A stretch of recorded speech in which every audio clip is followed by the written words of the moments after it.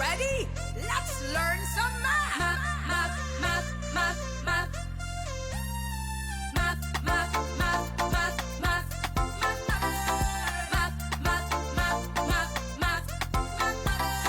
Join me on an adventure. There's so much to explore. Numbers, shapes, and graphs to plot. Solve the problems, connect the dots. Algebra, geometry. Come, take a journey with us each Monday from 5:30 to 6:30 p.m. on ABS TV. Let's get to the heart of the matter. Math matters.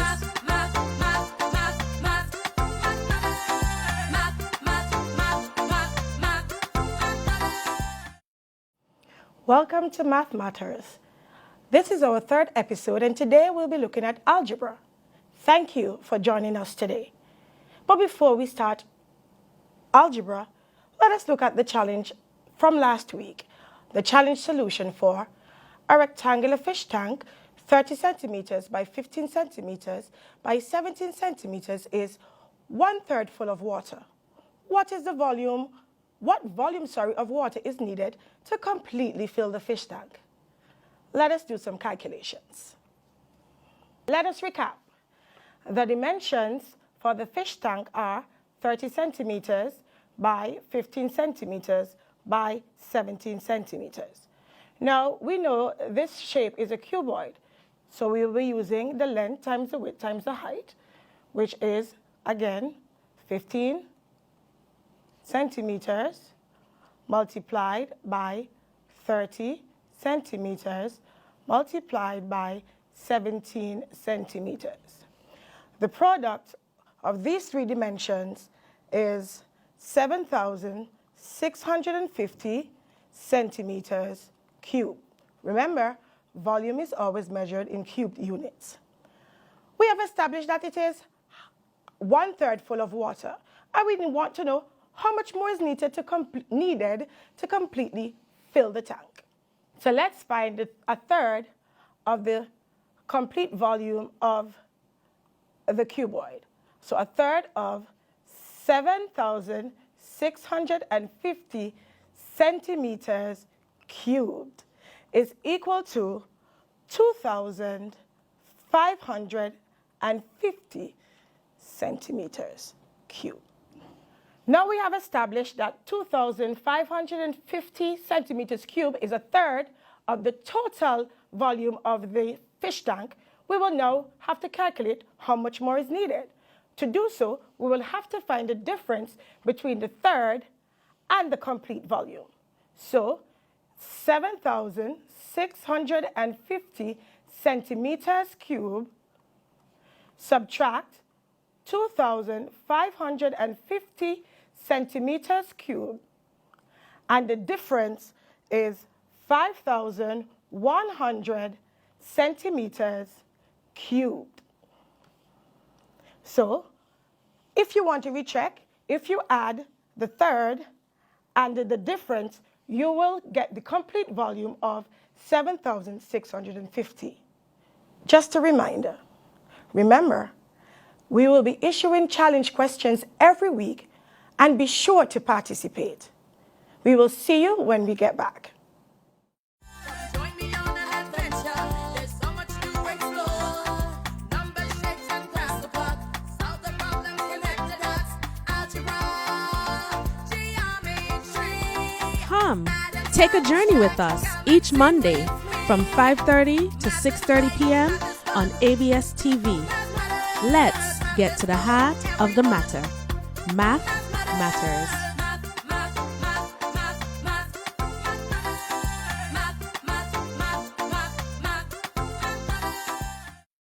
Welcome back. Our topic today is algebra. And I know many of you out there, when you hear algebra, you say, why are they mixing letters with numbers? But it is that part of mathematics where we use letters which become variable for unknown amounts, unknown values. And believe it or not, we use algebra every day in our lives. We use it a lot to solve a lot of compound, complex problems.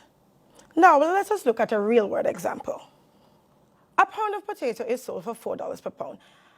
And if I want to buy 2 pounds, I will then pay 2 times 4.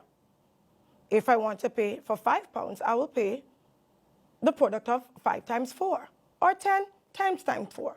But in algebra, instead of saying 2, 5, and 10, those values are represented by a letter, in this case, n. N pounds cost n times 4. For instance, n times 4 can also be seen as 4n. Writing in algebra, the multiplication sign is usually omitted or left out. So if you see that, please note that the operation to be performed is multiplication. When it comes to algebra, remember, there are some things that we need to keep in mind, such as the coefficient. The coefficient is the number that is placed before the variable. So the coefficient of x cubed is 2. Let us look at another aspect of our algebraic expression, the variable. That is the letter or the symbol that represents the quantity that can change. Here, the variable is an x. I'm sure many have seen y's and z's and t's. They are just symbols. They're just letter symbols that represent different amount of quantities. The exponent. That is that little 3 above the x. That exponent is also called the power or the index. This number tells us the amount of time we multiply the base. So in this case, the base should be multiplied by itself 3 times. This is the power of 3. And we have the constant. That number, that symbol whose quantity does not change, unlike the variable. The constant remains the same. Now we have 2x cubed and 5. 2x cubed is one term, and 5 is also another term. So our algebraic expressions are made up of many terms. Sometimes 2 could also be one term. There are patterns in algebra that we need to pay close attention to. Remember that the exponent represents the number of times the base should be multiplied by itself. When we multiply the same base and exponents are involved, we add the powers. Those are also what we call indices. So in our example here, we have 3 to the 5th power multiplied by 3 to the 2nd power. That would be equal to 3 to the 7th power. Or what if we don't have numbers? We have variables. We have x to the 4th power multiplied by x. Whenever we see x by itself, we know that it has an indice of 1. So therefore, it would be x to the 4th power plus 1, which is equal to x to the 5th power. When we divide same base terms with exponents, we do the inverse of the multiplication. We divide, therefore we subtract the exponents. Just like in our example, 2 to the 5th power divided by 2 to the 2nd power is equal to 2 to the 5th power minus 2, which is 2 to the 3rd power. Or when we're using variables, we have x to the 4th power divided by x, which would be x to the 1st power.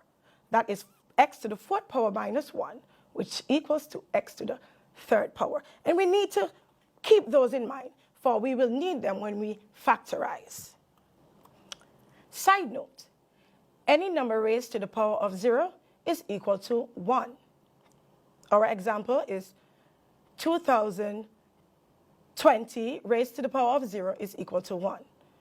And any number raised to the power of 1 is equal to that number. 2020 to the power of 1 is 2020. Let's take a break to hear from our sponsors, and when we come back, we will be delving right into factorization.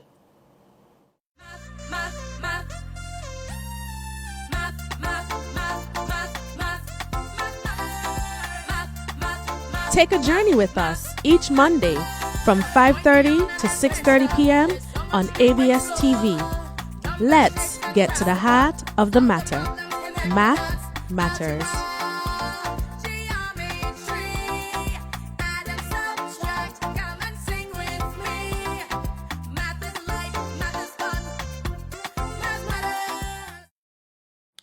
Welcome back. We're glad you're still with us. Now let us look at factorizing. Remember, algebra is nothing to be afraid of. But we're going to look at some key terms we will need to help us factorize. The first term we will look at is factor. What is a factor? A factor is a number that divides another number equally. Like in our example, if we divide 6 by 2, we get 3 equal shares. And if we divide 6 by 3, we get 2 equal shares. So 2 times 3 is equal to 6. And that's because when we divide 6 by either of those factors, we get equal shares. And expressions like x squared plus 4x plus 3 also have factors. Our first factor is x plus 3, and our next factor is x plus 1. When we multiply those factors, those terms, we will end up with x squared plus 4x plus 3. Factorizing. Now, factorizing is a process of finding the factors to multiply together to get an expression. So, 3x plus 6 is the same as 3, open bracket, x plus 2. When we multiply 3 and x, we get 3x. And when we multiply 3 times 2, we get 6. Remember, anytime you see a number outside of a bracket, it means that all the terms inside the bracket should be multiplied by that number outside the bracket, therefore creating factors. Another term to look at is the highest common factors. Many of us have been doing this since we've been going to primary school. You know, HCF, the largest term that can be divided exactly into each of 2 or more numbers. For example, we have 3a plus 5ab plus 1b. 3 and 1 are the 2 factors of 3. Those factors equally divide 3. And we should note that 3 is a prime number, so it only has 2 factors, as well as 5. That's 5 and 1, those are the factors, and 1 only has 1 factor. So the HCF of 3, 5, and 1 is 1 because that's the highest number that can divide each number equally. That means there is no remainder. It is shared equally. And the last term we will look at is the distributive property or the distributive law. The simplification of algebraic expressions by breaking up into sums, differences of product to calculate the values of variables. And remember, we know that the letters in algebra, those are the variables. So we have an expression here. 4, open bracket, x plus 3. That is the same as 4x plus 12. When we multiply 4 by x, we get 4x, and 4 by 3, we get 12. The product is 12. So we have distributed the terms there. So 4x plus 3 is the same as 4, open bracket, x times 3 when factorized. Let us start factorizing by going step by step. Step 1. List the factors of the coefficient in each term. This has 2 coefficients. And remember, our coefficient is the number before the letter, the variable. So we have 8 as a coefficient and 4 as the other coefficient. The factors of 8 are 1, 2, 4, 8. And the factor of 4 are 1, 2, and 4. Remember that HCF that we looked at just a while ago? The highest number that can divide 8 and 4 equally is 4. So we have just found our HCF. So the highest common factor is 4. And that's our step 2. Step 3, we apply the distributive law. Whenever we multiply 4 and 2a, we will get a product of 8a. And when we multiply 4 by b, we get the product of 4b, which gives us 8a subtract 4b. Now let us try some factorizing. Don't go anywhere. We'll be right back. Let's learn some math. Come, Take a journey with us each Monday from 5:30 to 6:30 p.m. on ABS TV. Let's get to the heart of the matter. Now let's factorize. Remember, there are 3 steps. So our first step, we're going to apply to expression 1 is to find the common factor, the highest common factor.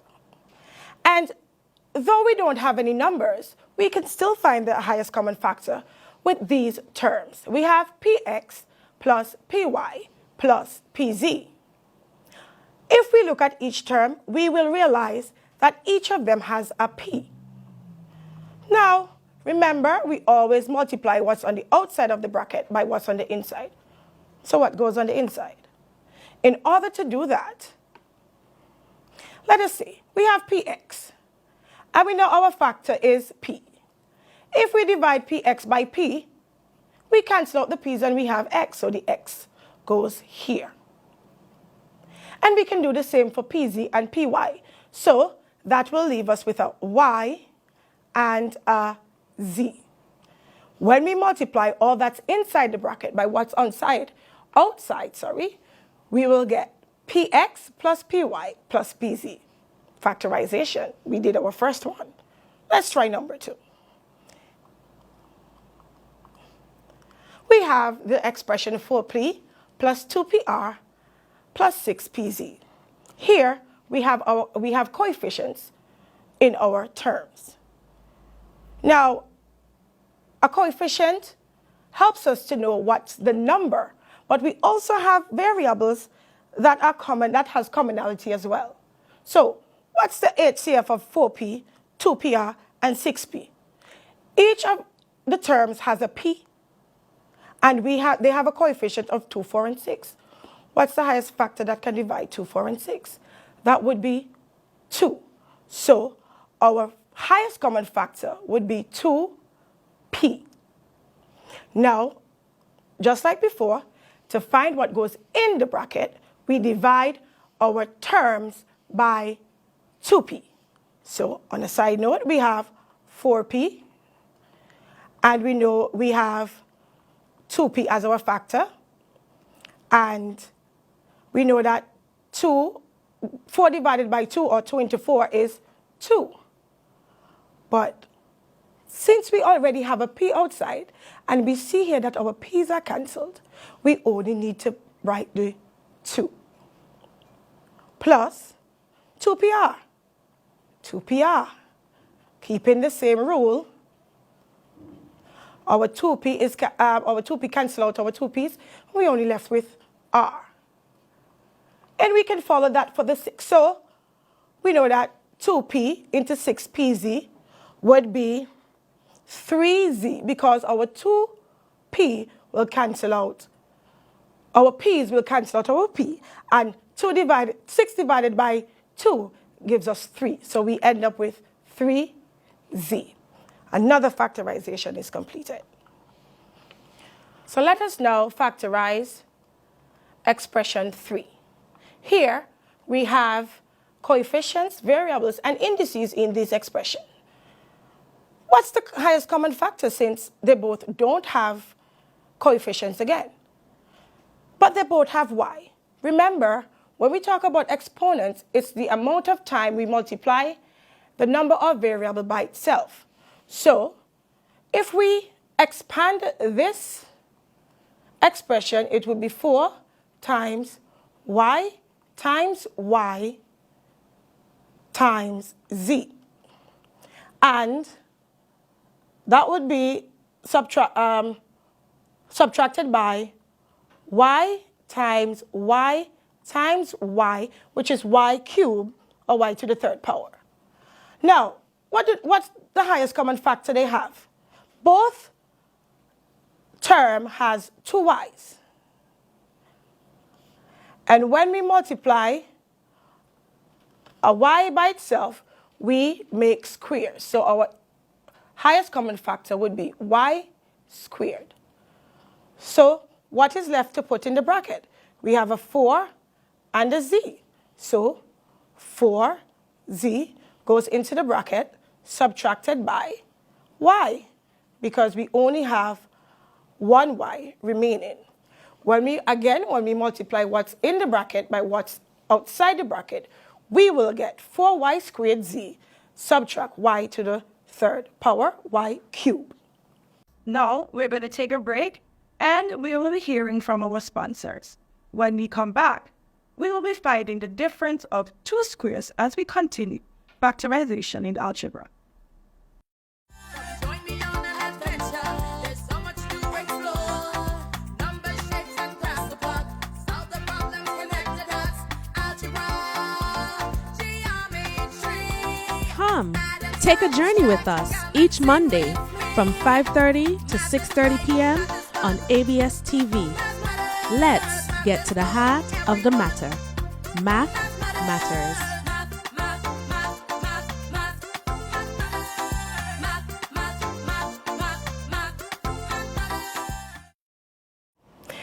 Welcome back. Let us continue with our factorization by finding the difference of two squares. What's the difference of two squares, you may ask?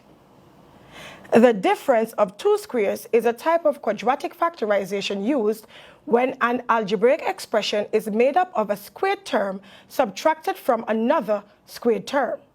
To factorize expressions in the form of a squared minus b squared, we need double brackets. There are some simple steps to follow. Let's look at those steps. Step 1, write down two brackets. Step 2, find the square root of the first term and write it on the left-hand side of both brackets. Step 3, find the square root of the last term and write it on the right-hand side of both brackets. Lastly, step 4, put a plus in the middle of one bracket and a subtraction sign in the middle of the other bracket. Now we have looked at the steps of finding the difference of two squares. Let us look at an example. Here we have an expression a squared subtract b squared. Remember, we need two brackets. So we have our two brackets, and now we're going to find the square root of the first term. That is a squared. The square root of a squared is a. So on the left-hand side of both brackets, we write a. Now we go to term 2. That's b squared. To find the square root of b squared, that's b. So we write the b on the right-hand side of both brackets. Our last step is to put in our symbols. One symbol will be a plus sign, and the other would be a subtraction sign. So in our first bracket, we put the plus sign, and in the final bracket, we put our subtraction sign. There we have factorized our expression. Let's do some practice. Our first expression is x squared minus 36. Our step 1, remember, it tells us that we need to have two brackets. And we've been finding the square root of the different terms. The square root just simply means what do I multiply by itself to get back the term that we are looking at. So what do we multiply to get x squared by itself? X. So the square root of x squared is x. So I write that on the left-hand side of both brackets. Then we go to our next term, that's 36. What's the square root of 36? What do I multiply by itself to get 36? That number is 6. So I write 6 on the right-hand side of both brackets. And our last step, we add our operation signs. There you have it, the difference of two squares. Now, let us work out our second expression. That's 49 x squared subtract 121. We need our brackets, step 1. Step 2, we find the square root of 49x squared. What's the root of 49x squared? What do I multiply by itself to get 49x squared? That would be 7x. So we write that in both brackets on the left-hand side. But this time, our first bracket would be a minus sign, and our second bracket would be a plus sign, because it doesn't matter which bracket the operation sign goes, as long as each has an operation sign. Now, what do I multiply by itself to get 121? And that would be 11. So I write that in both brackets on the right-hand side. Let us factorize our final expression. 16x to the fourth power subtract, oops, that should be 81y to the fourth power. And with our corrected expression, we start with our brackets, and we find the square root of 16x to the fourth power, which would be 4x to the second power. We're going to put our addition sign, and we are going to write 4x to the second power, and we will put our subtraction sign. Now, what's the square root of 81y to the fourth power? That's 9. So 9y squared. And we will write 9y squared on the next side of the bracket. We have now factorized 6x to the fourth power minus 81y to the fourth power. But we also have a bracket here with 2 squares, so we can further factorize. So we are keeping our first bracket, and we will then factorize our second bracket. So the square root of 4x squared is 2x. And we write that in both brackets. And remember our operation signs. And the square root of 9y squared would be 3y. So here we have it, our factorization of our 3 expressions. It wasn't that hard now, was it? You can do it on your own. Here is our challenge question. As promised, our challenge question for this week. Factorize completely. The following expression represents the area of a rectangle. 169x squared minus 25y squared. Find the length and width in terms of x and y. Thank you for joining us this evening. And we hope to see you next week when Mr. Lennon returns with Algebra. Remember, send in your answers by Wednesday, 6 p.m. They must be accurate, and there are prizes to be won. Have a pleasant evening.